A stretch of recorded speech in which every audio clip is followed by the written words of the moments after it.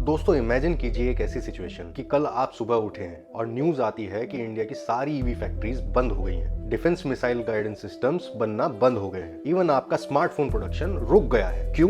कोई बॉम्ब नहीं गिरा, कोई साइबर अटैक नहीं हुआ, सिर्फ एक कंट्री ने एक मिनरल का एक्सपोर्ट बंद कर दिया है। ये कोई हाइपोथेटिकल सिनेरियो नहीं है, ये 21st सेंचुरी की सबसे बड़ी जियोपॉलिटिकल रियलिटी है। हम बात कर रहे हैं द इनविजिबल वॉर की, एक ऐसी जंग जो बॉर्डर्स पर नहीं बल्कि माइंस और लैबोरेटरीज में लड़ी जा रही है। हम बात कर रहे हैं रेयर अर्थ एलिमेंट्स की, वो 17 मिस्टीरियस मिनरल्स जो आज की दुनिया के लिए विटामिन की तरह काम कर रहे हैं। पिछले 30 सालों में चाइना ने चुपचाप दुनिया की सबसे बड़ी क्रिटिकल सप्लाई चेन पर कब्जा कर लिया है। ग्लोबल प्रोसेसिंग का 85% कंट्रोल करके बीजिंग ने सिर्फ मिनरल्स नहीं बल्कि पूरी दुनिया पर एक लेवरेज बना दिया है। पर 2026 में कहानी बदल रही है। राजस्थान के तपते रेगिस्तान से लेकर इंडियन ओशन की गहराइयों तक इंडिया ने अब चाइना के चक्रव्यूह को तोड़ना शुरू कर दिया है। मैं हूं नवीन सिंह और आज के इस डीप डाइव में हम डिकोड करेंगे इंडिया की सीक्रेट क्रिटिकल मिनरल स्ट्रेटेजी को। जानेंगे कि आखिर क्यों इंडिया ने जापान के साथ एक 13 साल पुरानी डील तोड़ दी और राजस्थान के सिवाना में ऐसा क्या मिला है जो चाइना को डरा रहा है, और क्या वेदांता और टाटा मिलकर इंडिया को अगला सुपर पावर बनाएंगे। चलिए शुरू करते हैं। सबसे पहले बेसिक समझते हैं। रेयर अर्थ कोई रेयर चीज नहीं है, ये मिट्टी में हर जगह है। प्रॉब्लम यह है कि इसे निकालना और प्रोसेस करना एक नाइटमेयर है। इसकी केमिस्ट्री काफी कॉम्प्लेक्स है और इससे काफी ज्यादा पॉल्यूशन होता है। 1992 में चाइना के लीडर डेंग जाओपिंग ने एक बात कही थी जो आज भी दुनिया को डरा रही है। मिडिल अर्थ के पास ऑयल है लेकिन चाइना के पास रेयर अर्थ है। देखिए, रेयर अर्थ मिट्टी में हर जगह मिलते हैं पर उन्हें साफ करना, जिसे प्रोसेसिंग या सेपरेशन कहते हैं, बहुत मुश्किल है। इसमें मिट्टी को हजारों बार एसिड बाथ से गुजरना पड़ता है। इससे बहुत सारा जहरीला टॉक्सिक कचरा निकलता है जो जमीन और पानी को नुकसान करता है। जब 90s में अमेरिका और यूरोप ने पॉल्यूशन के डर से अपनी माइंस बंद कर दी थी, तब चाइना ने इसका फायदा उठाया। उन्होंने प्रोडक्शन इतना बढ़ा दिया और दाम इतने गिरा दिए कि बाकी दुनिया की कंपनीज उनके सामने टिक ही नहीं पाई। इसे बिजनेस की भाषा में प्रेडेटरी प्राइसिंग कहते हैं। मतलब पहले सस्ता माल बेचो ताकि दुश्मन खत्म हो जाए और फिर जब आप अकेले बचो तो पूरी दुनिया को अपने इशारों पर नचाओ। और नतीजा, आज चाइना 60% माइनिंग कंट्रोल करता है। लेकिन सबसे डेंजरस बात यह है कि वो 85% प्रोसेसिंग और रिफाइनिंग कंट्रोल करता है। लेकिन असली खेल तब शुरू हुआ जब चाइना ने इस मोनोपोली को वेपन की तरह यूज करना शुरू कर दिया। 2010 में एक छोटी सी घटना हुई। सेंकाकू आइलैंड्स के पास एक चाइनीज फिशिंग बोट और जापानीज कोस्ट गार्ड के बीच टक्कर हो गई। चाइना ने गुस्से में जापान की रेयर अर्थ सप्लाई रातों रात रोक दी। पूरे जापान की हाईटेक इंडस्ट्री सिर्फ 48 घंटों में घुटनों पर आ गई। आज 2026 में चाइना वही पुराना कार्ड फिर से खेल रहा है। उन्होंने गैलियम और जर्मेनियम पर एक्सपोर्ट बैन लगाया है। ये मिनरल्स हमारे रडार और मिसाइल के लिए ब्लड की तरह हैं। इंडिया के लिए सिचुएशन सबसे ज्यादा खतरनाक है क्योंकि हमारी मैग्नेट्स की 100% सप्लाई चाइना पर डिपेंड करती है। अगर कल बॉर्डर पर दुश्मनी बढ़ती है तो चाइना को गोली चलाने की जरूरत नहीं है, वो बस हमारी सप्लाई चेन चोक कर देंगे और हमारी फैक्ट्रीज ठप हो जाएंगी। दशकों तक इंडिया की रेयर अर्थ स्टोरी सिर्फ एक जगह पर रुकी हुई थी, हमारे सुंदर बीचेस पर। हम केरला, उड़ीसा और तमिलनाडु की मिट्टी, जिसे मोनाजाइट सैंड कहते हैं, उस पर फोकस कर रहे थे। लेकिन दोस्तों, वहां एक बहुत बड़ी प्रॉब्लम है। बीच की इस मिट्टी में रेयर अर्थ के साथ साथ थोरियम भी मिलता है। अब थोरियम क्या है? ये एक रेडियो एक्टिव एलिमेंट है जो न्यूक्लियर एनर्जी बनाने में काम आता है। क्योंकि ये एटॉमिक एनर्जी से जुड़ा हुआ है तो इसलिए हमारी सरकार ने इसे टॉप सीक्रेट कैटेगरी में रखा है। इसका मतलब ये है कि सिर्फ सरकार ही इसको कंट्रोल कर सकती है और प्राइवेट कंपनियों को वहां भटकने की इजाजत नहीं है। रिजल्ट, हम मिनरल ढूंढते रह गए और चाइना इतना आगे निकल गया। लेकिन अब इस गेम में एंट्री होती है हमारे असली हीरो की। राजस्थान के बाड़मेर डिस्ट्रिक्ट में एक जगह है सिवाना रिंग कॉम्प्लेक्स। दोस्तों, ये कोई आम पहाड़ नहीं है। जियोलॉजिस्ट इसे द गोल्डन रिंग कहते हैं क्योंकि यहाँ पर हार्ड रॉक माइनिंग है। मैं आपको डिफरेंस समझाता हूँ। बीच माइनिंग में मिट्टी ढीली होती है, उसे निकालना आसान है पर उसमें रेडियो एक्टिव खतरे ज्यादा है। लेकिन हार्ड रॉक का मतलब है कि ये मिनरल्स पत्थरों के अंदर दबे हुए हैं। इन्हें निकालने के लिए बड़ी मशीन्स और डीप माइनिंग चाहिए होती है। पर इसमें सबसे बड़ा फायदा यह है कि यहाँ रेडियो एक्टिव का खतरा बहुत कम है। इस कॉम्प्लेक्स ने इंडिया को वो एटॉमिक सिक्योरिटी वाले पंगे से आजाद कर दिया है। लेकिन सिवाना की असली ताकत उसके पत्थरों में छुपी हुई है। उसमें एक मिनरल है जीनोटाइम। अब आप पूछेंगे, नवीन भाई, जीनोटाइम में ऐसा क्या है? देखिए, रेयर अर्थ्स दो तरीके की होती हैं, लाइट और हैवी। पर असली मास्टर की है हैवी रेयर अर्थ्स, खासकर डायस्पोरियम और टर्बियम। इमेजिन कीजिए आपकी इलेक्ट्रॉनिक कार गर्मियों में 100 किलोमीटर की स्पीड से दौड़ रही है। इंजन बहुत गर्म हो जाएगा। नॉर्मल मैग्नेट्स इतनी गर्मी में अपनी मैग्नेटिक पावर खो देती हैं और मोटर रुकने का खतरा है। डायस्पोरियम वो मैजिक एलिमेंट है जो मैग्नेट को हीट रेजिस्टेंट बनाता है। इसके बिना हाई परफॉर्मेंस मैग्नेट्स बन ही नहीं सकती हैं।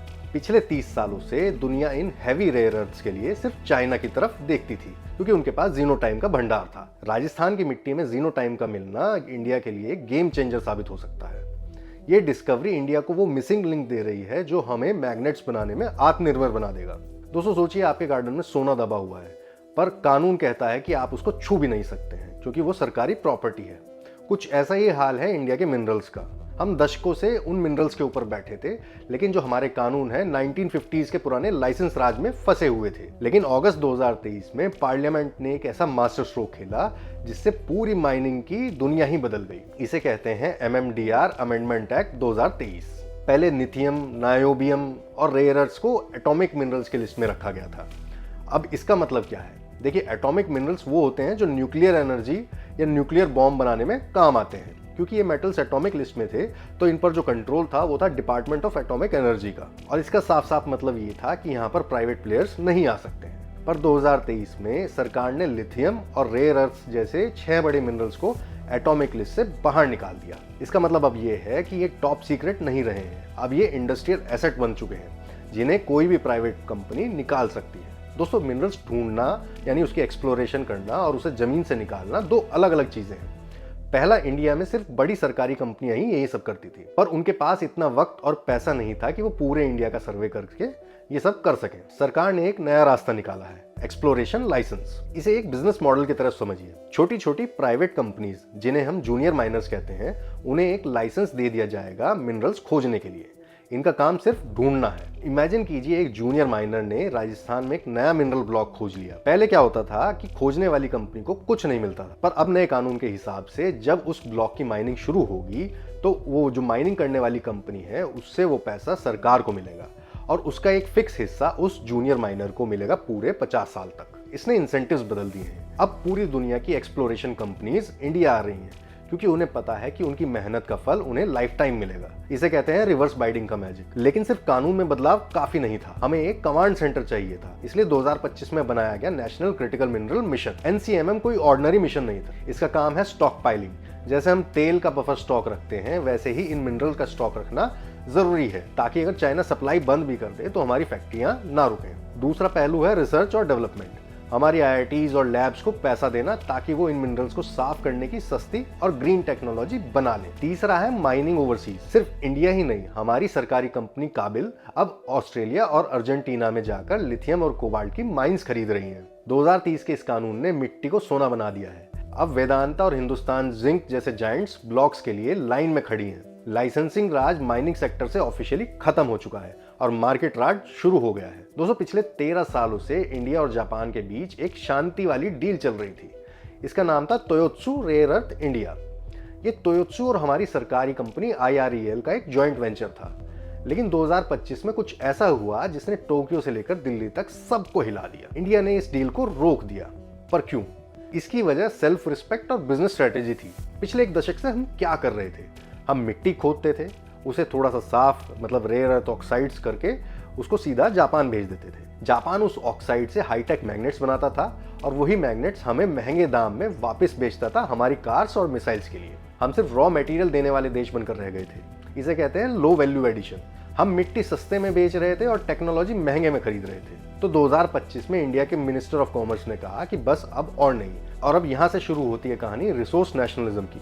दोस्तों, रिसोर्स नेशनलिज्म का मतलब होता है जब कोई देश अपने मिनरल्स को बाहर बेचने की बजाय उसका इस्तेमाल अपनी ही फैक्ट्रीज को बढ़ाने के लिए करता है। इंडिया ने जापान को साफ कह दिया, अगर हमारे मिनरल्स चाहिए तो मैग्नेट की फैक्ट्री इंडिया में ही लानी होगी।